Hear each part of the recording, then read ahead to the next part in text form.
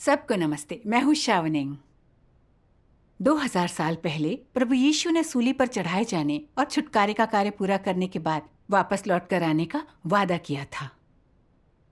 और तब से सभी विश्वासी हमारे उद्धारकर्ता के बादल पर सवार होकर नीचे आने की आस लगाए बैठे हैं, ताकि वे उसके पास स्वर्गारोहित हो सकें। विश्वासियों को किसी भी पल स्वर्गारोहित होने की आशा है, मगर वे अपनी आंखों से आपदाएं आते देख रहे हैं, पर अब तक बादल पर वापस आ रहे प्रभु का स्वागत नहीं कर पाए हैं। बहुत से लोगों को बड़ी निराशा हो रही है। वे हमेशा सोचते रहे हैं, कहीं प्रभु सच में वापस तो नहीं आ गया, कोई विश्वासी स्वर्गारोहित तो नहीं हो गया। पर किसी ने भी ऐसा कुछ नहीं देखा है। वे तो सिर्फ आपदाओं को लगातार बढ़ते, महामारियों को और गंभीर होते, और बहुत ज्यादा लोगों को, कुछ पादरियों और एल्डरों को भी आपदाओं में मरते हुए देख रहे हैं। लोग डरा हुआ या शायद प्रभु द्वारा त्यागा हुआ भी महसूस कर रहे हैं। सोच रहे हैं आपदाओं में उनकी मृत्यु हो जाएगी।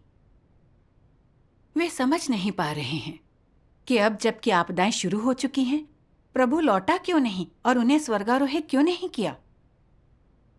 उनके लिए यह हैरानी की बात है कि चमकती पूर्वी बिजली गवाही दे रही है कि प्रभु यीशु वापस आ चुका है, देहधारी सर्वशक्तिमान परमेश्वर के रूप में।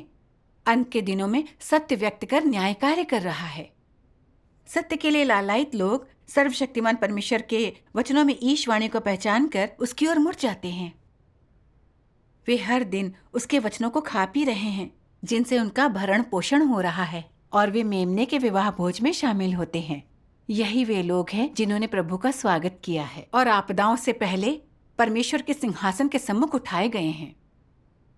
बहुत से धार्मिक लोग यह सोचकर पशोपेश में हैं कि प्रभु के वापस आने और उनके स्वर्गारोहित होने के बारे में चमकती पूर्वी बिजली गलत है, क्योंकि बाइबल में कहा है कि तब हम जो जीवित और बचे रहेंगे उनके साथ बादलों पर उठा लिए जाएंगे, कि हवा में प्रभु से मिलें, और इस रीति से हम सदा प्रभु के साथ रहेंगे। अगर प्रभु वापस आ चुका है तो हमें साथ क्यों नहीं ले गया?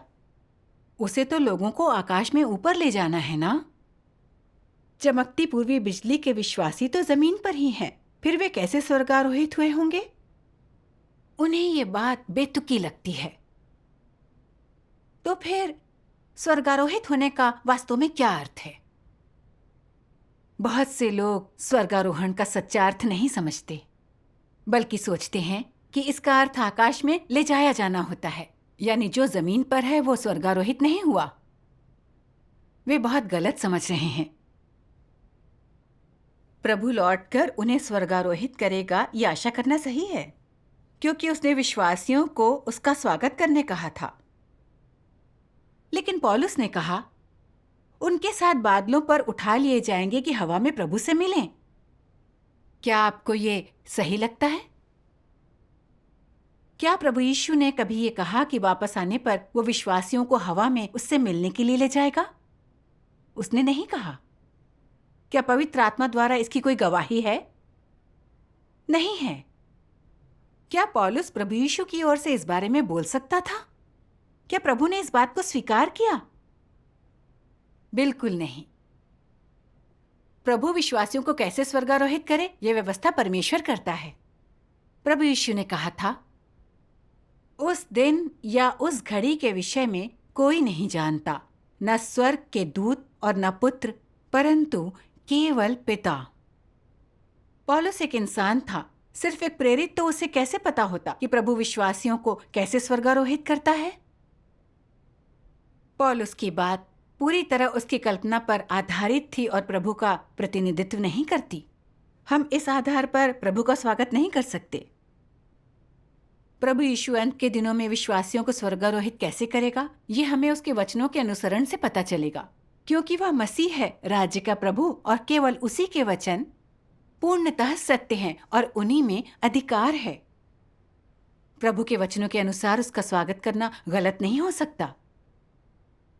आइए गौर करें कि प्रभु यीशु ने क्या कहा। प्रभु यीशु ने कहा था, जैसे बिजली पूर्व से निकलकर पश्चिम तक चमकती है, वैसे ही मनुष्य के पुत्र का भी आना होगा। इसलिए तुम भी तैयार रहो, क्योंकि जिस घड़ी के विषय में तुम सोचते भी नहीं हो, उसी घड़ी मनुष्य का पुत्र आ जाएगा। आधी रात को धूम मची, देखो दूल्हा आ रहा है, उससे भेंट करने के लिए चलो। देख, मैं द्वार पर खड़ा हुआ खटखटाता हूँ। यदि कोई मेरा शब्द सुनकर द्वार खोलेगा, तो मैं उसके पास भीतर आकर उसके साथ भोजन करूँगा और वह मेरे साथ। मेरी भेड़ें मेरा शब्द सुनती हैं, मैं उन्हें जानता हूँ और वे मेरे पीछे पीछे चलती हैं।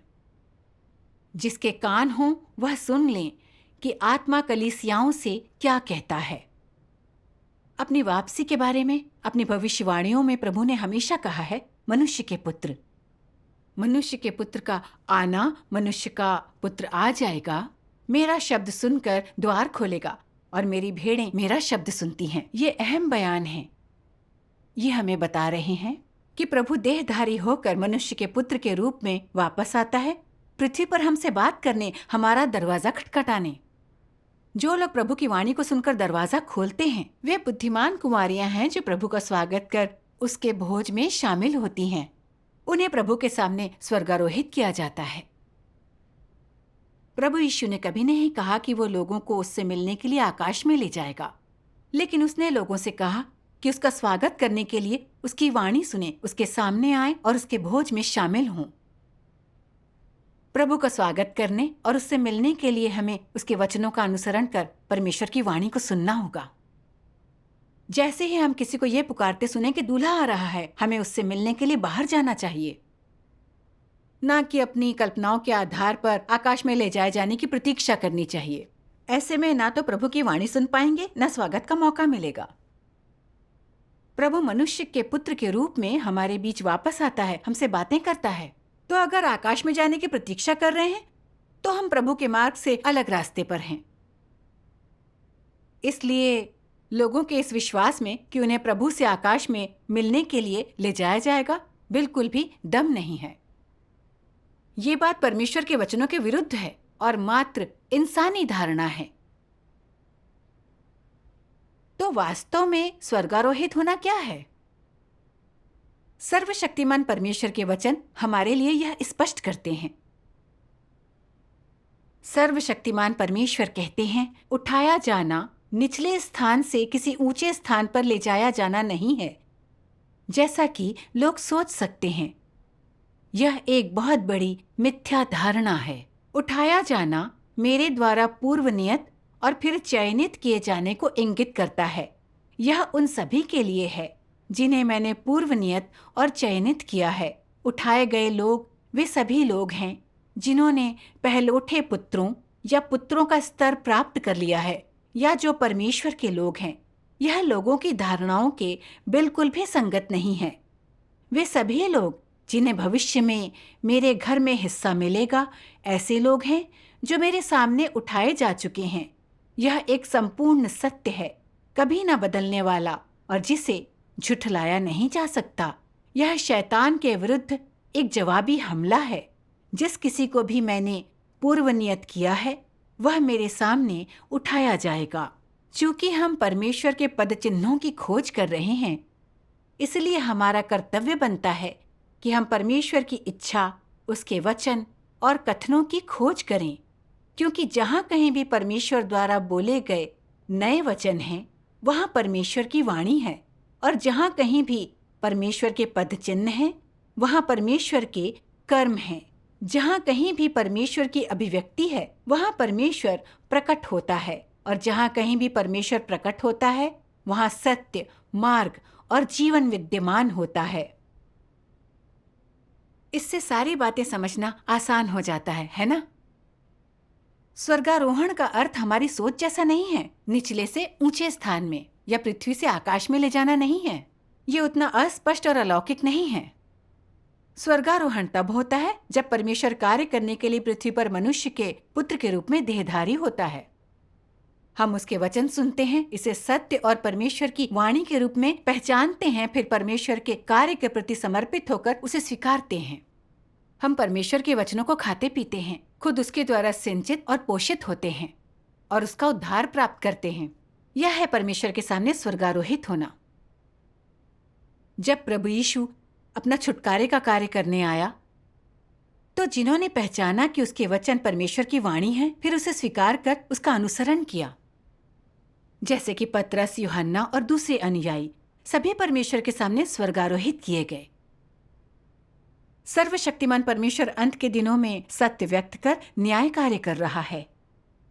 सभी संप्रदायों के सत्य से प्रेम करने वाले और परमेश्वर के प्रकटन के लालायित लोगों ने यह देखकर कि सर्वशक्तिमान परमेश्वर के वचन सत्य हैं, परमेश्वर की वाणी है, उसके न्याय कार्य को स्वीकार कर लिया है। वे हर दिन परमेश्वर के वचनों का खान पान करते हैं, उनके द्वारा सिंचित और पोषित होते हैं, उसके न्याय और शुद्धिकरण का अनुभव करते हैं। वे परमेश्वर के सामने स्वर्गारोहित बुद्धिमान कुंवारियां हैं, जो मेमने के विवाह भोज में शामिल होती हैं, जिससे प्रकाशित वाक्य की भविष्यवाणी साकार होती है। देख, मैं द्वार पर खड़ा हुआ खटखटाता हूं। यदि कोई मेरा शब्द सुनकर द्वार खोलेगा, तो मैं उसके पास भीतर आकर उसके साथ भोजन करूंगा और वह मेरे साथ। अब मुझे लगता है कि स्वर्गारोहण के अर्थ के बारे में हमें स्पष्टता मिल गई। अब हम प्रभु से आकाश में मिलने के विचार के बारे में अगर सोचें, तो क्या वह अवास्तविक और मूर्खतापूर्ण नहीं है? प्रभु यीशु ने कई बार मनुष्य के पुत्र के आने की भविष्यवाणी की है। मनुष्य को बारंबार चेतावनी दी कि उसकी वाणी सुने। तो लोग उसका स्वागत करने हेतु उसके वचनों के बजाय इंसान के वचनों पर क्यों चल रहे हैं? वे इस बेतुके बयान से क्यों चिपके हुए हैं कि उनके साथ बादलों पर उठा लिए जाएंगे कि हवा में प्रभु से मिले? आखिर ये कैसी समस्या है? कहीं ये आशीष पाने का उतावलापन तो नहीं? क्या ये इसलिए नहीं कि वे चाहते हैं कि उन्हें सीधे परमेश्वर के राज्य में ले जाया जाए, आपदाओं से दूर, जहां वे आशीषों का आनंद उठा सकें? आइए इस बारे में सोचें। क्या प्रभु के आने पर अपने पापों की क्षमा पा चुके लोग जो लगातार पाप करते हैं, राज्य में स्वर्गारोहित किए जा सकते हैं? क्या उन्हें उसकी आशीषों का आनंद उठाने का कोई हक है?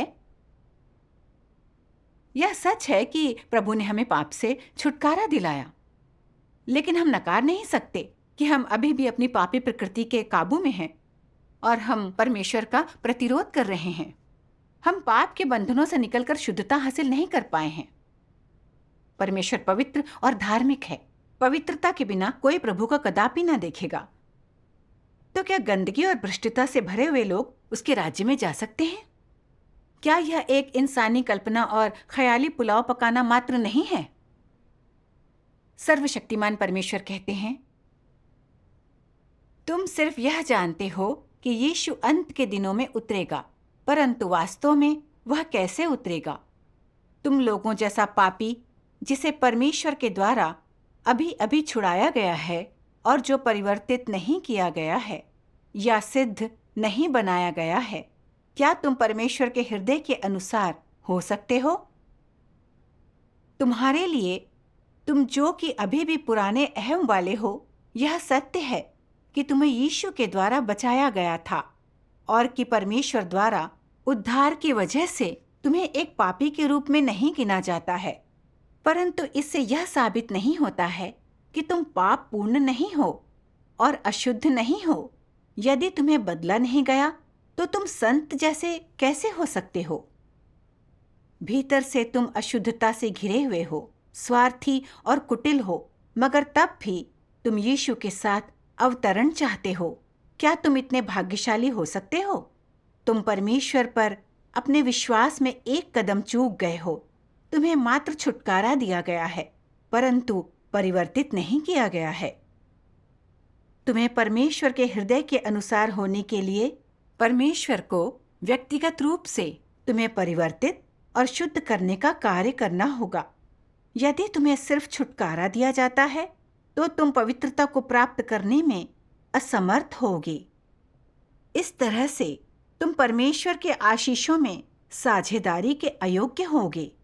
क्योंकि तुमने मनुष्य का प्रबंधन करने के परमेश्वर के कार्य के एक कदम का सुअवसर खो दिया है, जो कि परिवर्तित करने और सिद्ध बनाने का मुख्य कदम है। और इसलिए तुम एक पापी जिसे अभी अभी छुटकारा दिया गया है, परमेश्वर की विरासत को सीधे तौर पर उत्तराधिकार के रूप में पाने में असमर्थ हो। यद्यपि यीशु ने मनुष्यों के बीच अधिक कार्य किया, फिर भी उसने केवल समस्त मानव जाति की मुक्ति का कार्य पूरा किया और वह मनुष्य की पाप बलि बना। उसने मनुष्य को उसके समस्त भ्रष्ट स्वभाव से छुटकारा नहीं दिलाया। मनुष्य को शैतान के प्रभाव से पूरी तरह से बचाने के लिए यीशु को न केवल पाप बलि बनने और मनुष्य के पाप वहन करने की आवश्यकता थी, बल्कि मनुष्य को उसके शैतान द्वारा भ्रष्ट किए गए स्वभाव से मुक्त करने के लिए परमेश्वर को और भी बड़ा कार्य करने की आवश्यकता थी। और इसलिए अब जबकि मनुष्य को उसके पापों के लिए क्षमा कर दिया गया है, परमेश्वर मनुष्य को नए युग में ले जाने के लिए वापस देह में लौट आया है और उसने ताड़ना एवं न्याय का कार्य आरंभ कर दिया है। यह कार्य मनुष्य को एक उच्चतर क्षेत्र में ले गया है। वे सब जो परमेश्वर के प्रभुत्व के अधीन समर्पण करेंगे, उच्चतर सत्य का आनंद लेंगे और अधिक बड़े आशीष प्राप्त करेंगे। वे वास्तव में ज्योति में निवास करेंगे और सत्य, मार्ग और जीवन प्राप्त करेंगे। प्रभु यीशु ने छुटकारे का कार्य किया, जो सिर्फ लोगों को पापों से छुटकारा दिलाकर माफ करने के लिए था। मगर हमारी पापी प्रकृति बरकरार है। हम परमेश्वर के विरुद्ध विद्रोह करते रहते हैं। हमें बचाया नहीं गया है। प्रभु यीशु से सिर्फ अपने पापों के लिए माफी पा लेना काफी नहीं है। हमें अब भी प्रभु का स्वागत करके उसके सामने स्वर्गारोहित होना है। अंत के दिनों में उसके न्याय को स्वीकार करना है। तब हम पाप से मुक्त होकर पूरी तरह से बचाए जाएंगे, परमेश्वर के प्रति समर्पित इंसान बनेंगे, उसका भय मानेंगे, फिर हम उसके राज्य में प्रवेश कर सकेंगे। सर्वशक्तिमान परमेश्वर अंत के दिनों में आकर सत्य व्यक्त करता है और प्रभु यीशु के छुटकारे के कार्य की बुनियाद पर न्याय कार्य करता है। यह मनुष्य की पापी प्रकृति और भ्रष्ट स्वभाव को ठीक करने के लिए है, ताकि हम शैतानी ताकतों से मुक्त हों और परमेश्वर द्वारा बचाए जा सकें। सर्वशक्तिमान परमेश्वर ने प्रकट होकर अनेक सत्य व्यक्त किए हैं। हम भ्रष्ट इंसानों को शुद्ध होने और पूरी तरह से बचाए जाने के लिए हर जरूरी बात बताई। उसने परमेश्वर की प्रबंधन योजना के रहस्यों को प्रकट किया है, जैसे कि मनुष्य का प्रबंध करने के पीछे परमेश्वर का लक्ष्य, शैतान मनुष्य को कैसे भ्रष्ट करता है, कैसे परमेश्वर के 3 चरणों का कार्य मनुष्य को बचाता है, अंत के दिनों में उसके न्याय कार्य का अर्थ, देह धारणों और परमेश्वर के नामों के रहस्य, हर किस्म के इंसान के परिणाम और गंतव्य और राज्य का सौंदर्य। ये वचन अविश्वसनीय रूप से आंखें खोलने और आश्वस्त करने वाले हैं। सर्वशक्तिमान परमेश्वर इंसान के पाप और परमेश्वर के प्रति प्रतिरोध की जड़, हमारी शैतानी प्रकृति और स्वभाव का न्याय कर उसे उजागर करता है। इस सत्य को भी उजागर करता है कि हम शैतान द्वारा कितने ज्यादा भ्रष्ट हैं और हमें भ्रष्टता से बच निकलने और बचाए जाने का रास्ता दिखाता है। परमेश्वर के चुने हुए लोग परमेश्वर के वचनों के खान पान का आनंद लेते हैं। उनके वचनों से हमारा न्याय होता है, ताड़ना मिलती है, निपटान होता है। हम परीक्षणों का अनुभव करते हैं। हम अनेक सत्य सीखते हैं और सही मायनों में अपनी शैतानी प्रकृति को जान पाते हैं। हम समझ पाते हैं कि हम हमेशा भ्रष्टता में जीते हैं, परमेश्वर के खिलाफ विद्रोह करते हैं, उसे गुस्सा दिलाते हैं, और अगर हम प्रायश्चित करके नहीं बदले तो परमेश्वर हमें हटाकर दंडित करेगा। हम परमेश्वर के धार्मिक, अपमानित ना किए जा सकने वाले स्वभाव का अनुभव करते हैं। हमारी भ्रष्टता धीरे धीरे शुद्ध होकर ठीक हो जाती है। हम आखिर पाप के बंधनों से बच निकलते हैं और परमेश्वर की शानदार गवाही देते हैं। परमेश्वर आपदाओं से पहले ही विजेताओं का एक समूह बना चुका है। आपदाएं आ रही हैं। सर्वशक्तिमान परमेश्वर को ठुकरा कर उसका प्रतिरोध करने और शैतान से संबंध रखने वाले लोग आपदाओं में नष्ट कर दिए जाएंगे। जो परमेश्वर के न्याय का अनुभव कर शुद्ध हो जाते हैं, उन्हें इन आपदाओं में परमेश्वर से रक्षा मिलेगी। वे उसके राज्य में ले जाए जाएंगे और उन्हें एक सुंदर गंतव्य मिलेगा। सही मायनों में यही है परमेश्वर के राज्य में स्वर्गारोहण। परमेश्वर द्वारा बचाकर पूर्ण किए जाने वाले ये विजेता पृथ्वी पर परमेश्वर के वचनों का अभ्यास करते हैं, उसकी इच्छा पूरी करते हैं। वे परमेश्वर के राज्य के लोग हैं। इस तरह पृथ्वी पर मसीह का राज्य साकार होता है और इससे प्रभु यीशु की भविष्यवाणी साकार होती है। हे हमारे पिता, तू जो स्वर्ग में है, तेरा नाम पवित्र माना जाए, तेरा राज्य आए, तेरी इच्छा जैसी स्वर्ग में पूरी होती है वैसे पृथ्वी पर भी हो। फिर मैंने पवित्र नगर नए यरूशलेम को स्वर्ग से परमेश्वर के पास से उतरते देखा। वह उस दुल्हन के समान थी जो अपने पति के लिए श्रृंगार किए हो। फिर मैंने सिंहासन में से किसी को ऊंचे शब्द से यह कहते हुए सुना, देख, परमेश्वर का डेरा मनुष्यों के बीच में है।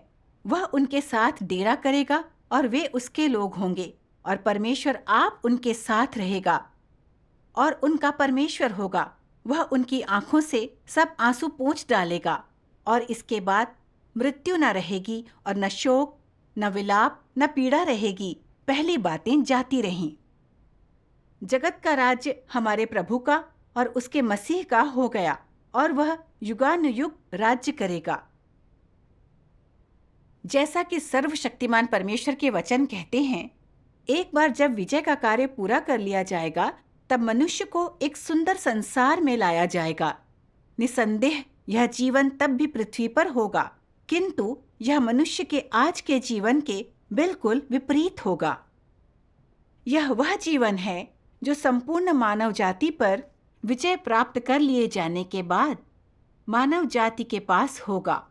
यह पृथ्वी पर मनुष्य के लिए एक नई शुरुआत होगी और मनुष्य के पास इस प्रकार का जीवन होना इस बात का सबूत होगा कि मनुष्य ने एक नए और सुंदर क्षेत्र में प्रवेश कर लिया है। यह पृथ्वी पर मनुष्य और परमेश्वर के जीवन की शुरुआत होगी। ऐसे सुंदर जीवन का आधार ऐसा होना चाहिए कि मनुष्य को शुद्ध कर दिए जाने और उस पर विजय पा लिए जाने के बाद वह परमेश्वर के सम्मुख समर्पण कर दे। और इसलिए मानव जाति के अद्भुत मंजिल में प्रवेश करने से पहले विजय का कार्य परमेश्वर के कार्य का अंतिम चरण है। ऐसा जीवन ही पृथ्वी पर मनुष्य का भविष्य का जीवन है। पृथ्वी पर सबसे अधिक सुंदर जीवन उस प्रकार का जीवन जिसकी लालसा मनुष्य करता है और उस प्रकार का जीवन जिसे मनुष्य ने संसार के इतिहास में पहले कभी प्राप्त नहीं किया है। यह 6000 वर्षों के प्रबंधन के कार्य का अंतिम परिणाम है। यह वही है जिसकी मानव जाति सर्वाधिक अभिलाषा करती है और यह मनुष्य के लिए परमेश्वर की प्रतिज्ञा भी है।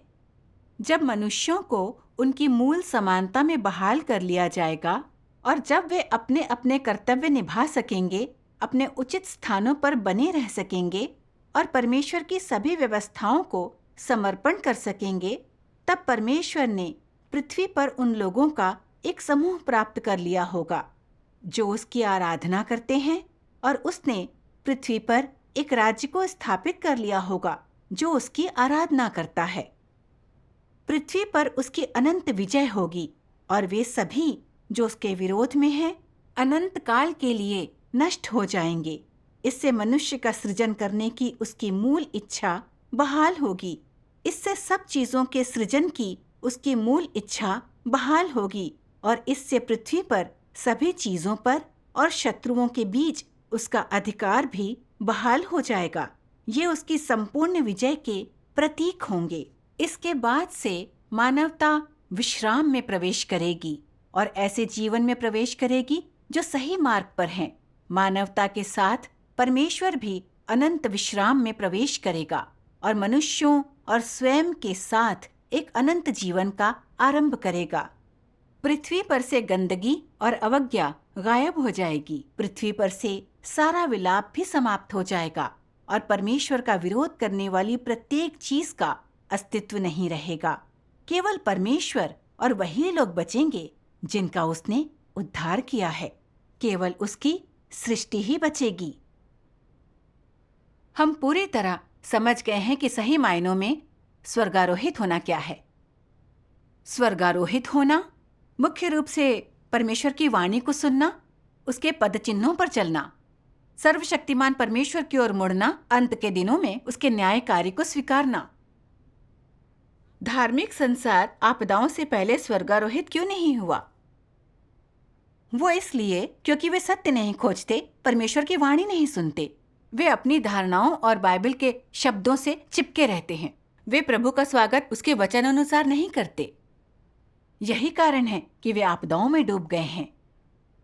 लोग बस प्रभु के बादल पर आने की प्रतीक्षा करते हैं और चाहते हैं रूप बदलकर उससे तुरंत आकाश में जा मिलें।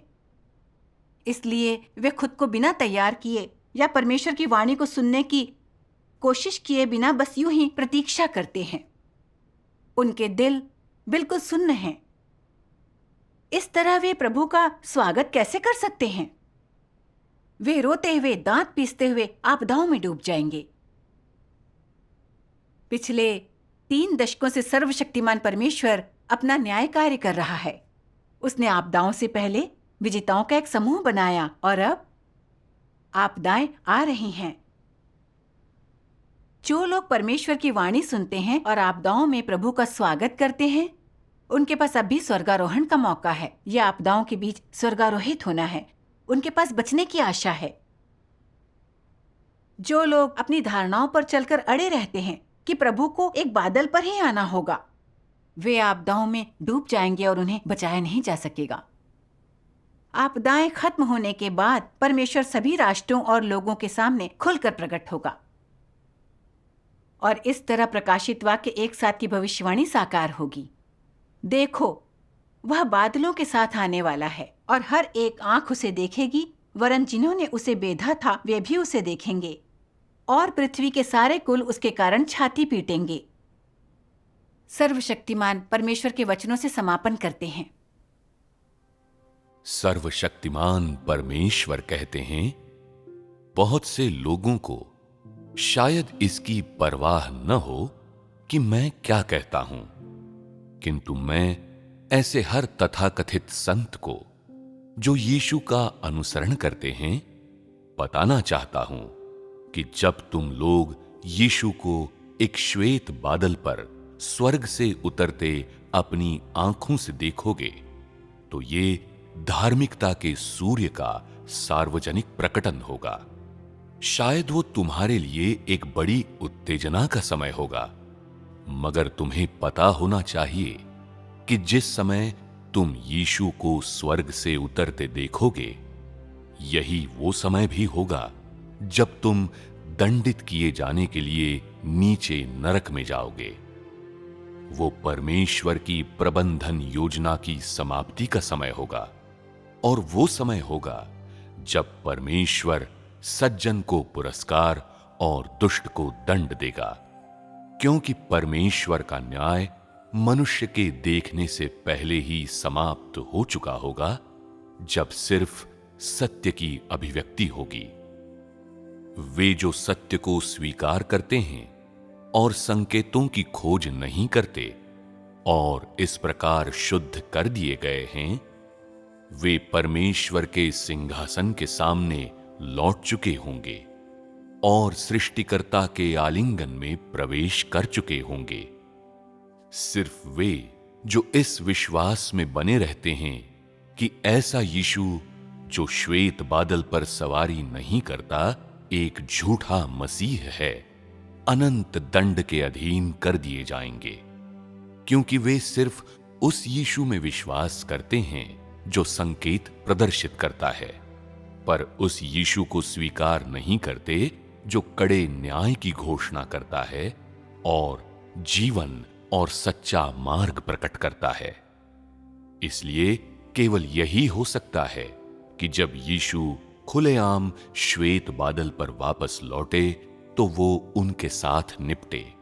वे बहुत हठधर्मी, अपने आप में बहुत आश्वस्त, बहुत अभिमानी हैं। ऐसे अधम लोग यीशु द्वारा कैसे पुरस्कृत किए जा सकते हैं?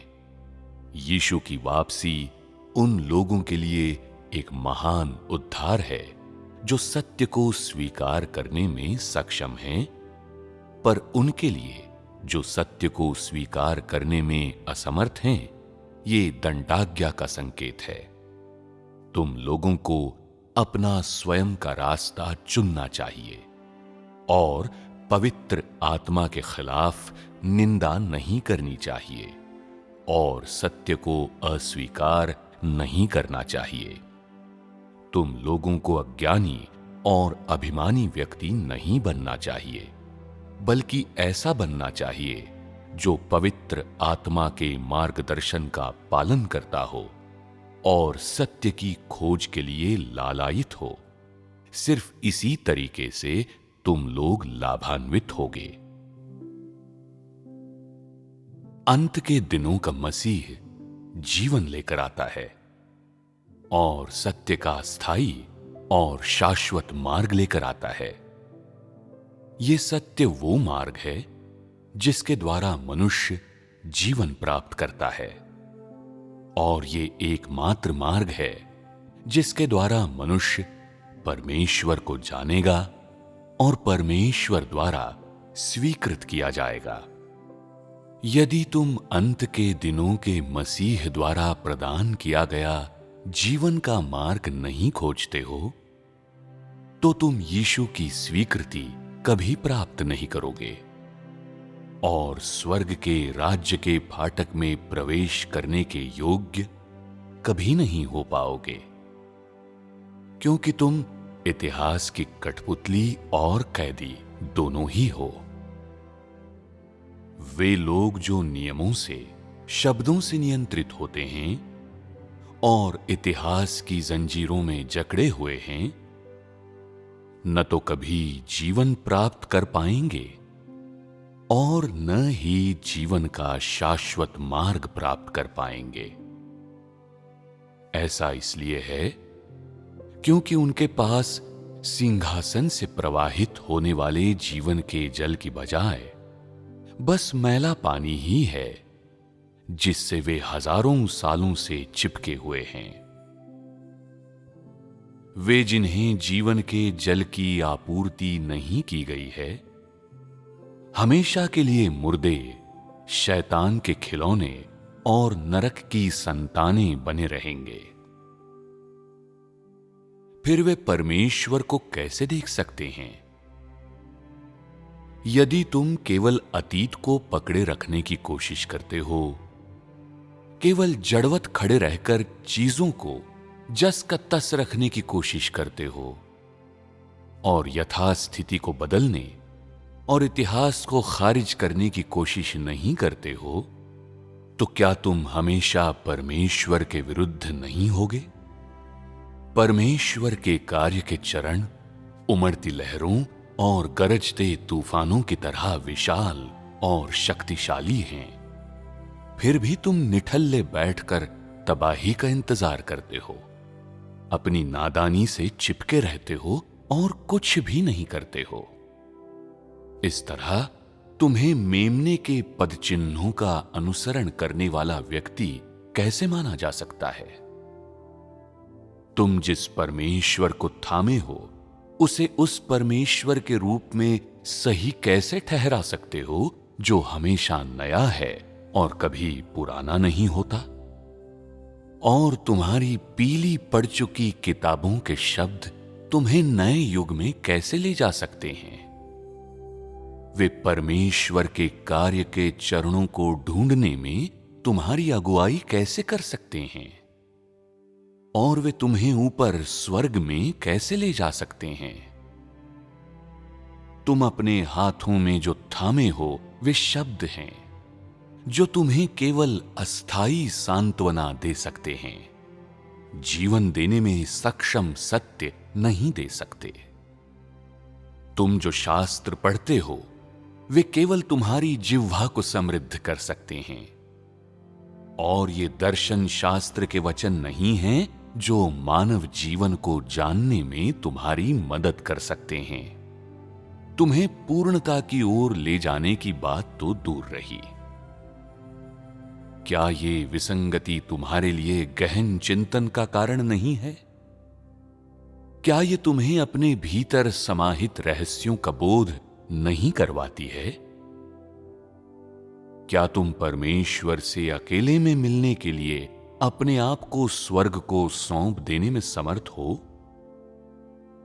परमेश्वर के आए बिना क्या तुम परमेश्वर के साथ पारिवारिक आनंद मनाने के लिए अपने आप को स्वर्ग में ले जा सकते हो?